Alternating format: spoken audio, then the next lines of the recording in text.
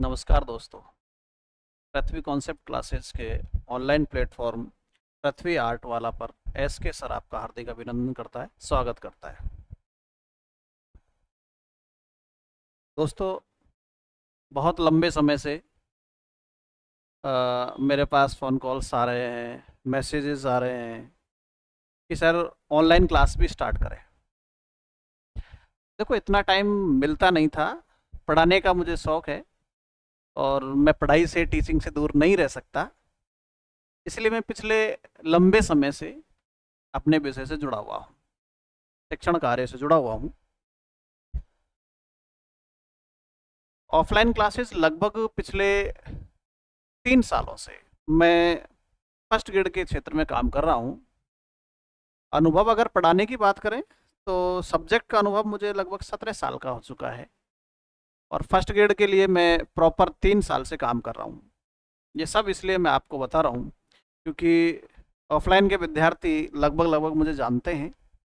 जो भी विद्यार्थी मुझसे ऑफलाइन क्लासेस ले चुके हैं वो सब मुझे जानते हैं और किस तरह से मैं पढ़ाता हूँ, क्या मेरी शैली है, कैसा हमारा कंटेंट है, ये सब वो जानते हैं। लेकिन जब ऑनलाइन क्लासेस की बात होती है तो विद्यार्थियों ने मुझे देखा नहीं है, मुझे जाना नहीं है, तो सबकी उत्सुकता भी है। इसीलिए बच्चों, ये वीडियो मैं एक नॉर्मली वीडियो बना रहा हूँ, सामान्य वीडियो बना रहा हूँ। आप कह सकते हैं कि मेरा इंट्रोडक्शन वीडियो है, जिसमें मैं चाहता हूँ कि जितने भी विद्यार्थी दूर दूर से जुड़ना चाहते हैं वो जान पाए मेरे बारे में, हमारी सुविधाओं के बारे में, हमारे कंटेंट के बारे में कि हम किस प्रकार का कंटेंट दे पाएंगे आपको।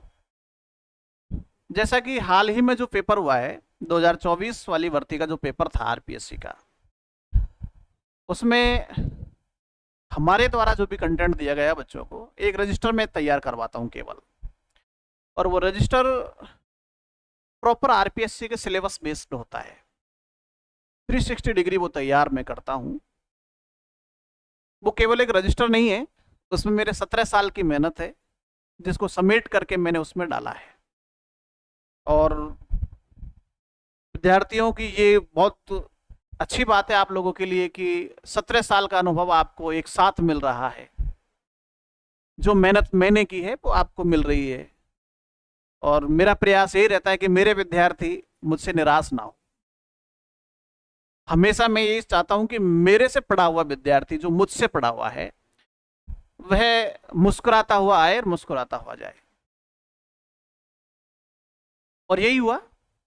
अभी हाल ही में हुए पेपर में बच्चों का जो रिव्यूज आया सब्जेक्ट को लेकर के, बहुत अच्छा था और मुझे बहुत खुशी हुई क्योंकि मेरा उद्देश्य भी यही रहता है कि मेरे बच्चे जो मुझसे पढ़े हुए हैं वो मुझसे कहीं भी निराश ना हो।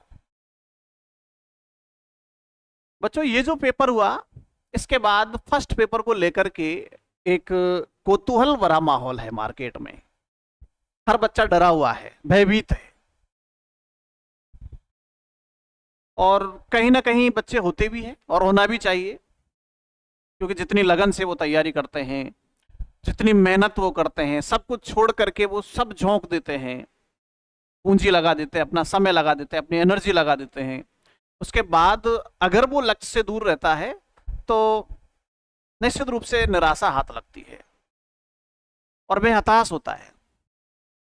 कई बच्चों के फोन मेरे पास आए, सर अब हम क्या करें, सर हमें तैयारी करनी चाहिए, नहीं करनी चाहिए, हमारा तो इतना सही स्कोर है, इतनी तैयारी करने के बावजूद भी ये है।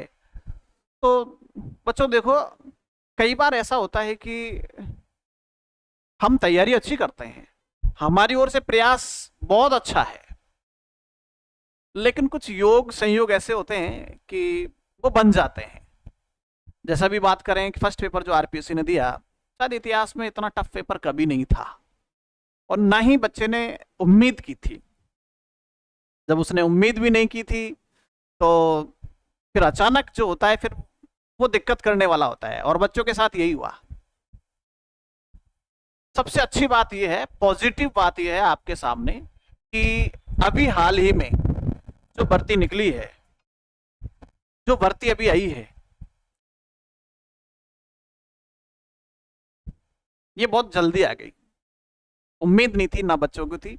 हाँ, मुझे उम्मीद थी, लेकिन ये नहीं था कि इतनी जल्दी आ जाएगी।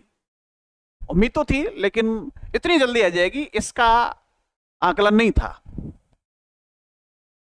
तो अच्छी बात यह है कि जैसे ही आपने इधर पेपर दिया है, आप को भी आंसर की से पता लग गया होगा कि आप इसमें सेलेक्ट होने वाले हैं, नहीं होने वाले हैं, या रेस में है या नहीं, पासिंग मार्क्स ला रहे हो नहीं ला रहे हो फर्स्ट पेपर में।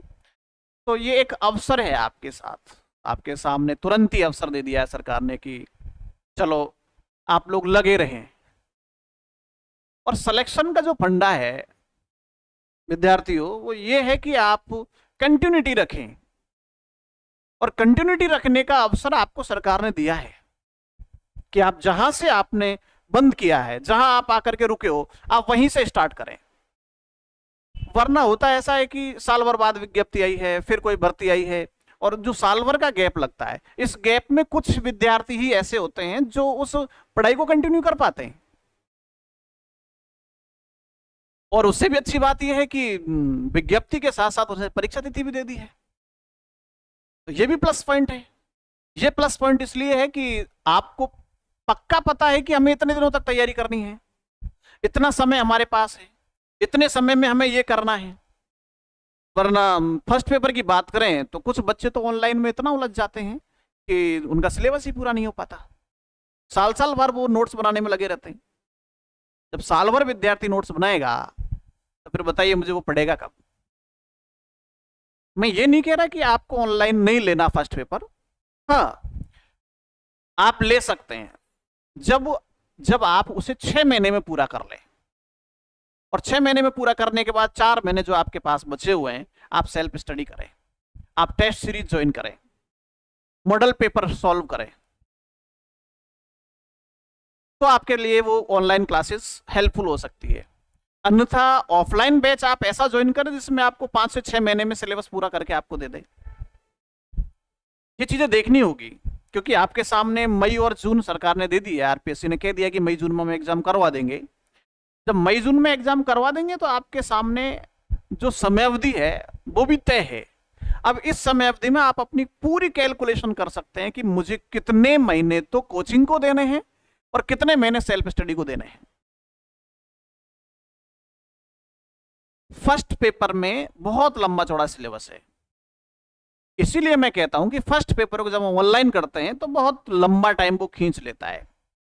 यहां तक कि कुछ कोचिंग्स में मैंने देखा है कि ऑफलाइन भी अगर वो करवा रहे हैं तो वो हम मिक्स बैठे हुए हैं, रीड के साथ बैठे हुए हैं या अन्य बैचेज के साथ बैठे हुए हैं, तो सिलेबस कहां से शुरू हुआ कहां खत्म हुआ इसका हमें अंदाजा नहीं लगता।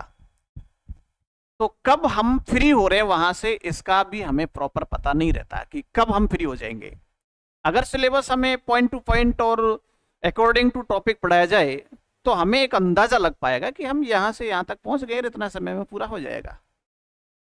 दोस्तों, पृथ्वी कॉन्सेप्ट क्लासेस पिछले 3 सालों से केवल और केवल स्कूल व्याख्याता भर्ती परीक्षा के लिए ही समर्पित है। फर्स्ट ग्रेड के अलावा रीड, सेकंड ग्रेड आदि के बच्चे भी आते हैं, उनकी इंक्वायरीज आती है, वो चलती हुई क्लास में यहाँ आते हैं। लेकिन मैंने उनसे यही कहा कि मैं केवल और केवल फर्स्ट ग्रेड पे काम करता हूँ और मेरा यही लक्ष्य है, क्योंकि मैं चाहता हूँ कि मैं इसी फील्ड में काम करूँ और इसको और उत्तरोत्तर आगे बढ़ाऊं, ताकि बच्चों को बेहतर से बेहतर कंटेंट मिले। मेरा संस्थान एज ए कोचिंग नहीं है, कोचिंग संस्थान नहीं है, मेरा शौक है पढ़ाना, और फर्स्ट ग्रेड शुरू से मेरा सपना रहा है और उसमें काम करना मुझे अच्छा लगता है, मुझे पसंद है, इसीलिए मैं इससे जुड़ा हुआ हूं। अगला सवाल बच्चों का जनरली ये है कि अब हमें किस तरह तैयारी करनी है।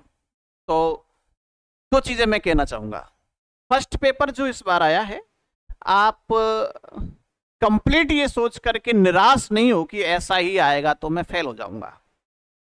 हो सकता है इससे सरल आ जाए, हो सकता है कि पेपर आपका बैठ जाए। आप अपनी तरफ से प्रयास जारी रखें, जो कमियां पिछली बार रह गई आप उन्हें सुधारें, बिना इधर उधर की सुने, बिना मार्केट की सुने। आपको अपने ऊपर ध्यान देना है, आपकी अपनी क्षमताएं क्या है, आपके सब्जेक्ट में कितना बेहतर कर सकते हो। आप ज्योग्राफी पढ़ सकते हो, आप हिस्ट्री पढ़ सकते हो, आप कल्चर पढ़ सकते हो, आप मैनेजमेंट पढ़ सकते हो, आप मैथमेटिक्स पढ़ सकते हो। जो भी आपका सब्जेक्ट रहा है, जो आपके फेवरेट रहे, जिनमें आप परफॉर्मेंस कर सकते हो, आप उन सब्जेक्ट के साथ और मेहनत करें। क्योंकि सीधी सी बात तो ये है कि हम अपने सब्जेक्ट को अच्छे से परफॉर्म नहीं कर पाए, इसीलिए क्या नाम से हमारा 30 प्रश्नों का जो टारगेट था वो पूरा नहीं हो पाया। तो आप अपने सब्जेक्ट को मजबूत करें। ज्योग्राफी है, पॉलिटी है, या मैथमेटिक्स है, या साइंस है, जो भी आपके सब्जेक्ट है आप उन पर और भरपूर काम करें। पिछली बार जो गलतियां रही है आप उन्हें सुधारें, उन पर और काम करें। एनालिसिस करें पेपर का कि आपने किस प्रकार के कंटेंट को गलत किया है या आप समझ नहीं पाए हो, आप वहां काम करें। एक और चीज, स्टूडेंट जो पढ़ाई करता है, जो मैंने देखा है, जो मैं महसूस करता हूं वो बता रहा हूं। स्टूडेंट जो तैयारी करता है उसमें वो सोचता है कि मुझे ये टॉपिक याद है और मैं इसमें परफेक्ट हूं, इसमें सवाल आएगा मैं कर दूंगा।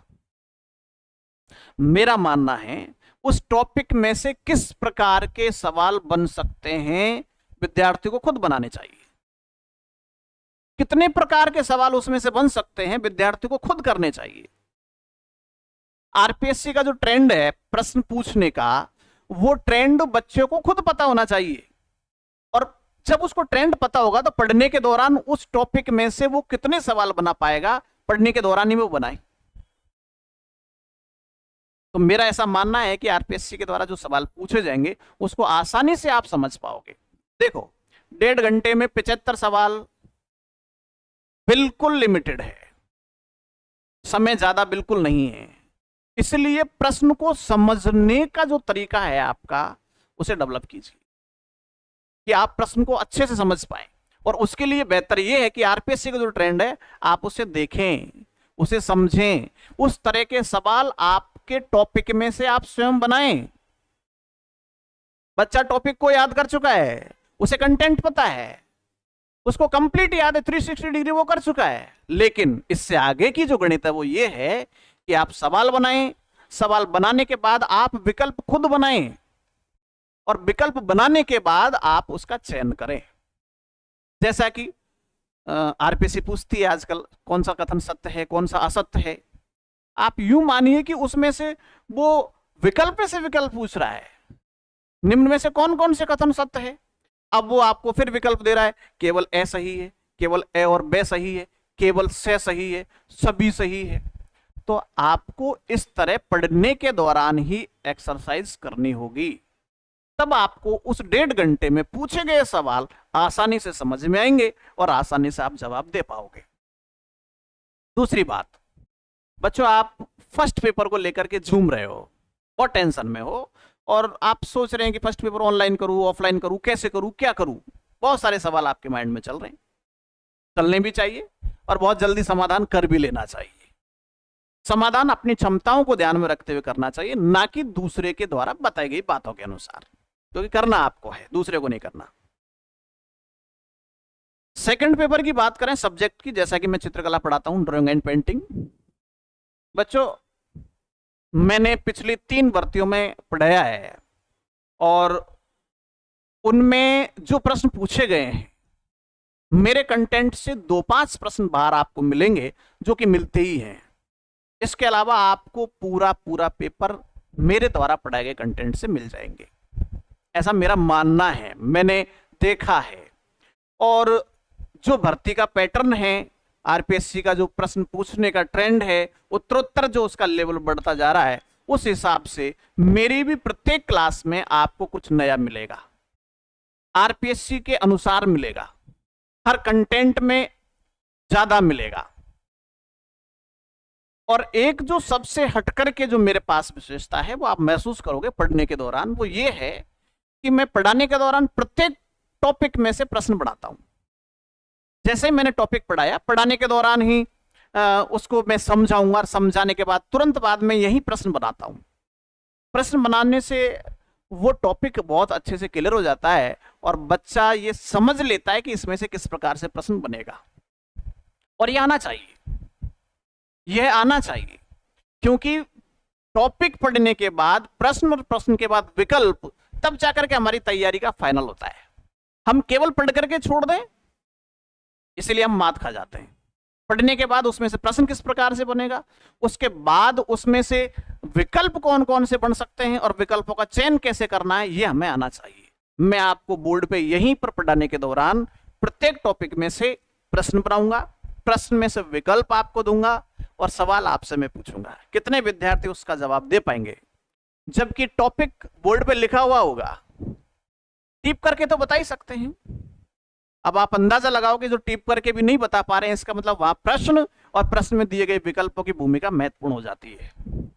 इसीलिए मैं बार बार कहता हूं कि प्रश्न की प्रकृति और उसमें दिए गए विकल्पों को समझना अति आवश्यक है। अगर हम ऐसा कर लेते हैं तो कैसा भी पेपर बनाया जाए हम सॉल्व कर देंगे, इतना समझना है हमें। क्योंकि एक और चीज नोट की होगी आपने, आरपीएससी पेपर देती है लेकिन वो अपने सिलेबस से बाहर एक भी प्रश्न नहीं देती। जब आपको कह रखा है कि ये आपका कंटेंट है, ये आपका सिलेबस है, आप भी खूब पढ़ रहे हो, खूब आपने तैयारी की है, इसके बावजूद क्यों नहीं हम उसको कर पा रहे हैं? इसलिए नहीं कर पा रहे हैं क्योंकि हमें उसमें से प्रश्न बनाना नहीं आया, हमने प्रश्न बनाने की प्रैक्टिस नहीं की और हमने उसमें से विकल्प बनाने की प्रैक्टिस नहीं की। अगर ऐसा हम कर लेंगे तो प्रश्न पत्र कैसा भी आएगा हम सॉल्व कर लेंगे, अच्छा परफॉर्म करेंगे और हम अच्छी रैंक से सिलेक्शन ले पाएंगे। ये मेरा अनुभव बोलता है। तो बच्चों, बहुत जल्दी आप लोगों के लिए कंटेंट की वीडियो आप लोगों तक पहुंचने लग जाएंगी, क्योंकि पिछले लगभग 7-8 दिन से मैं इस सेटअप में लगा हुआ हूं।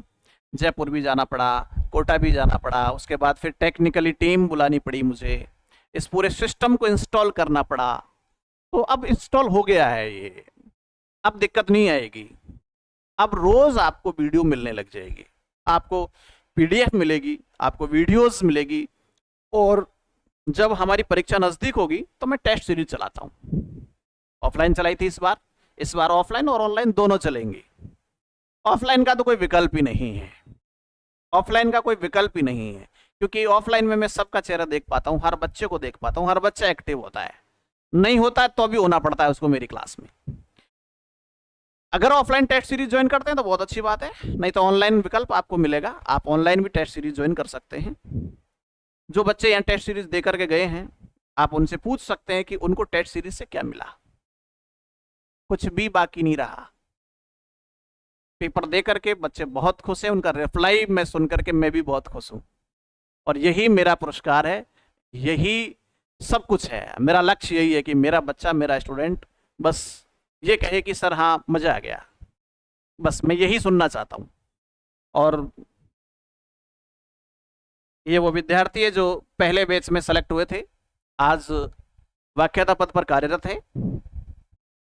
14वीं रैंक फारुल गोयल, वंदना गोचर 55वीं रैंक, नित्यानंद सैनी 60वीं रैंक। ये सेलेक्टेड विद्यार्थी है जो अभी व्याख्याता पद पर कार्यरत है। मैं ऑनलाइन के मंच पर इनको भी बहुत बहुत शुभकामनाएं देता हूं एक बार पुनः। और आप लोगों से भी कहना चाहूँगा कि आप लोग जुड़े, बहुत अच्छा कंटेंट आपको मिलेगा, आनंद आएगा, अच्छी चीज़ आपको मिलेगी और आप, विश्वास है मुझे कि आप परीक्षा में अच्छा परफॉर्मेंस कर पाएंगे। अगली वीडियो बहुत जल्दी मैं डालूंगा, तब तक के लिए जय हिंद, जय भारत।